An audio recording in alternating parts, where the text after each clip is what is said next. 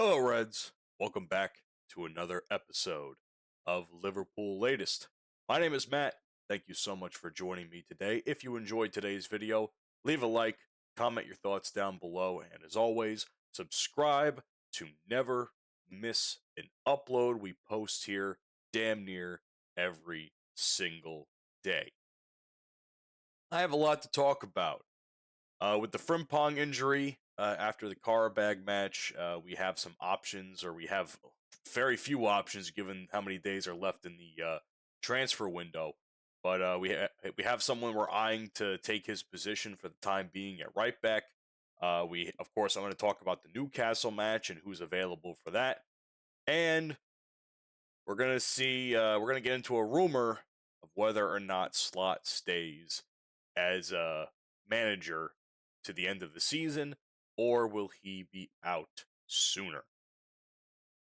First and foremost, let's talk about a individual by the name of Denzel Dumfries, or my simple mind will read it as Dumb Fries. Yes, I have a 3.9 GPA. Anyway, so Frimpong being injured during the Karabag match has certainly caused us a lot of problems as far as player availability goes. It seems like it's going to be a couple of weeks until we see him, which is unfortunate. That said, we also have Connor Bradley that is out long term as well, so we really don't have much defensive depth at this point in time. So a couple of journalists are saying that Dumfries would probably be the best option to explore, especially with such limited amount of time left in the transfer window, which ends on Monday. So it seems like Liverpool have made some sort of contact in regards to, I believe, Inter Milan is where we are trying to sign him from, or Inter something, Inter Miami, Inter Milan. It doesn't matter. Fact of the matter is, we need somebody. The problem with that is that he is just as much of a red flag when it comes to fitness as someone the likes of Connor Bradley, Jeremy Frimpong, Joe Gomez, and the list can go on and on. That's a bad detail for us. We're already suffering another injury, enough injuries. Another injury could basically send us over the edge and perhaps over the cliff with everything that's been going on in the Premier League, and now moving into the last 16 when it comes to the Champions League. So we need minutes, not depth, and Dumfries, while poor in fitness, it seems, could provide us some of that. It also seems that Inter's incentives don't line up either, because they're still competing domestically in Europe. So I guess it's Inter Milan, and they're relying heavily on Dumfries for the right side output, and they would need a replacement as soon as possible. So they are also pressed for time as well, while they're making a push for I believe it's the not La Liga, it's Serie A. That's the Italian league. So they're making a push for them as in there as well. So it makes no sense for us to get somebody when uh, they're going to lose probably just as much and won't have enough time to acquire somebody, it seems. So it also pushes the fee up and negotiations into chaos as deadline day approaches. Liverpool have absolutely no leverage in that situation. Dumfries, is he a tactical fit? Some say he's good, but it's not seamless. Frimpong has pace, overlap, and chaos creation. Dumfries is much more of a power, box threat, structured wingback, and you know, it could be helpful, could not be. If it was up to me, I would have preferred Frimpong to never be injured in the first place, because I've been putting him over for the last couple of weeks now, in the sense where I love his pace, I love what he offers for offense and the press, And this could not have come at a worse time of me putting somebody over, because right back to where we started with the injuries. So, experience, physically Premier League ready, definitely. Never clearly fit. Going to be an expensive move and a difficult seller to acquire from Inter Milan. So this is certainly this is what I would consider to be a panic buy. I mean, obviously the interest is there, the talks are somewhat there, but as far as a January signing, doesn't look to be all of that likely, which will probably add to this next point that I'm going to discuss now. Somebody by the name of Wilson Cox, who is I guess, independent Liverpool journalist and source, said in a tweet earlier today that there is no time frame, but Arne Slot will leave Liverpool before the new season. Decision confirmed by the hierarchy. It could be as soon. It could be soon or in the summer, I guess, depending on how well we perform over the course of the next couple of weeks, which is weird because that also directly contradicts another report I saw about a day prior discussing that Arne Slot still has the backing of Liverpool brass, and some call it a HR move because obviously they can't legally say someone's going to be fired at the end of the season right now. That's what some people have said online. I don't take any stock in that because I don't pretend to be a genius when it comes to the sport or the team.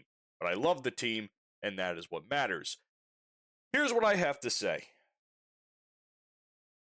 I don't care when it happens. As long as it happens. That is what matters to me. It's clear as day that Arne Slot has lost the support of the fans, given how well we have performed and how and some of the recent comments he has made in press conferences, especially considering how we've, what was the one comment he made? Not winning a league title in 30 years or something along those lines, when just in the last 5 years we've won 2. So people took that a certain way, expectedly. When you're on top, you win 2 in 5 years. When you're on down below, it took 30 years to get from the last one to the one prior. So people are clearly sick of his shit. They're sick of the PSG references. I wouldn't be shocked if he's sacked by springtime, frankly. Honestly, I would have wanted it to happen already because I would have preferred Xabi Alonso to be signed or in the process of having talks, which I have also seen take place online. Reports of that or rumors. And shit. Just give us Steven Gerrard, man.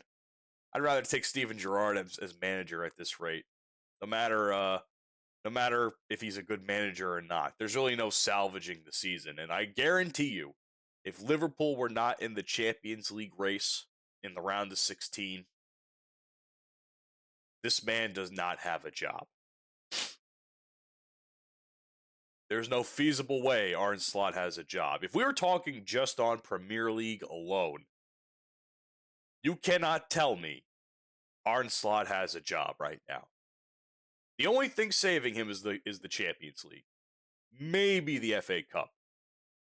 And even then, if we win either, I don't see him staying as part of as a Liverpool manager. There's just not the results they're looking for, which is somehow weird because we're dominating pretty well in the Champions League, but we're absolutely garbage in the Premier League. So make that make sense. But as someone who supports the anti-Arne Slot rhetoric, I can only hope that this report is true and it is not so much of a rumor. Let's talk the upcoming match, which will only be a couple of hours away after this video gets uploaded by my friends over at FanArch. So, Newcastle United, a team that we certainly have a unique history with, as recently I have seen games where we have come back in insane, absolutely insane uh, ways, such as the Darwin Nunez. I have seen us dominate them in other respects. I have seen us struggle. I am trying to find out when the what the previous match was, and we won in I completely forgot about this. This is when Rio had that absolutely excellent last minute win in August of 25 and or August of 25. Yes, August 25th of 2025 to be exact. Wow. That's how long we faced Newcastle. It feels like it really does feel like forever ago. Honestly, it was a back and forth matchup. Gravenberch scored, Ekatike had scored. They started coming back in late in the second half, and then Rio for the W to score us a, well, at the time, another excellent last minute win. But I don't think that's going to cut it anymore. It's not going to cut it anymore. We are currently winless in 5 Premier League matches and have slipped to 6th place, whereas Newcastle is, I think, 9th. Newcastle has everything to gain from a win here, and we have everything to lose. Continuously.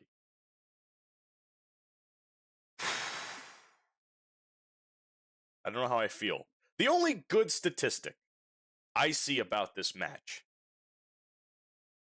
is that Liverpool have a great record at Anfield where this match is taking place, which is great because I always love a match at home. Even if the atmosphere at home has been complete and utter garbage for the better part of the last several months. Newcastle have not won at Anfield in the league since 1994. With that being now put out into the universe, let's see if Arne Slot finds a way to make that possible. Because we know he does not find us ways to win, he finds us ways to fucking lose. Regardless of what his excuses are with medical substitutions. Here's the deal. This is going to be much of the same as we've been dealing with all season. Possession's probably going to be a big factor here. It's going to be the number that is defying what our season is. High possession, low offensive output. I don't care about the Karabag 6-0 game. That's an outlier. That's a team that is maybe not as good. This is a 9th place team in the Premier League. I keep saying this, and I want you all to understand. Anything could happen. Anything will happen. We can only hope that Mohamed Salah returning for a league match will create some sort of offense for us and goal output. Obviously, him scoring in the Karabag game is a big improvement. Clearly, he's on the downtrodden this season, so I can only hope that they find ways to feed him the ball and create something so that we can have some sort of offensive output. Because that's been our biggest problem, is creating offensive opportunities and, of course, our attackers capitalizing on them. Defense-wise, obviously, Frimpong being injured is going to take that into effect. I don't know what's going to happen. The good news is, and I'll talk about this again in a second, with Konate being back at center back, it means that Wataru Endo, I always keep getting those vowels mixed up. Endo is probably going to move to right back, which it seems like he did a very good job with that last game against Karabag. So probably going to work out as well as it can for us on the defensive end because we have nobody at right back right now. It's funny, we had nobody at center back, now we have nobody at right back. Story of our life this season. Newcastle is probably going to be relying on the transitions as well as the midfield. They have apparently a good midfield and counterattack, which will probably be the bane of our existence for the majority of the match. So the midfield's really where this match will be won and lost for either team. What do I think? It's going to be closer than I would like it to be. I don't know what score. It can either be a draw or it's going to be a very slim win for either team. I'm not saying Liverpool's going to win this.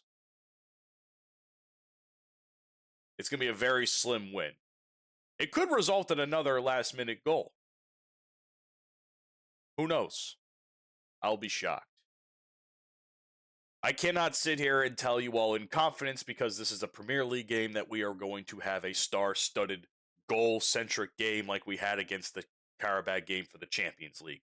Clearly, these are two different teams. Premier League Liverpool are not the same as Champions League Liverpool. And that has been painfully evident. Who's available for us on the squad? I'm not going to give you a starting 11. Frankly, I'm not really sure what the fuck we possibly could even have to have a viable starting 11.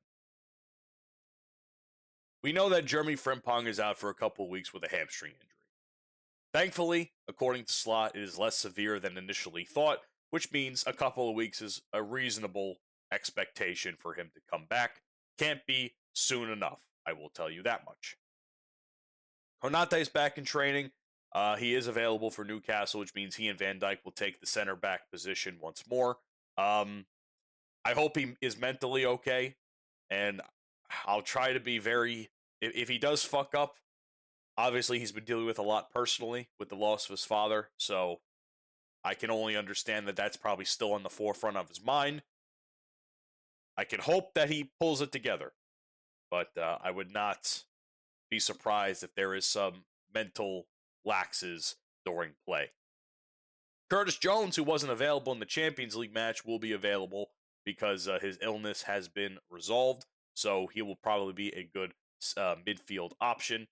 Joe Gomez is still out, hopefully not far away from his return, and Alexander Isak obviously will not be there as well to play because he's still recovering from a broken leg. He's in training, but he is not training with the team, nowhere near any sort of, team training exercise, according to Slot.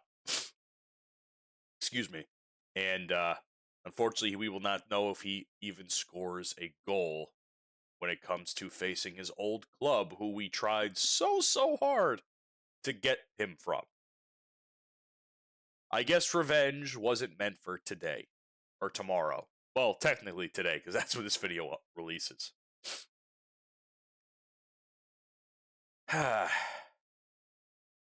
What do we do? What are we going to do? I guess we'll find out. You know the drill. Subscribe to Liverpool Latest every single day for uploads every single day, and when you're part of the Liverpool Latest family, know that you will never walk alone. I know we'll be singing that tune before the match today. Up the Reds. I can only pray that we pull out a victory here. I'll see you guys in my reaction to the match very soon.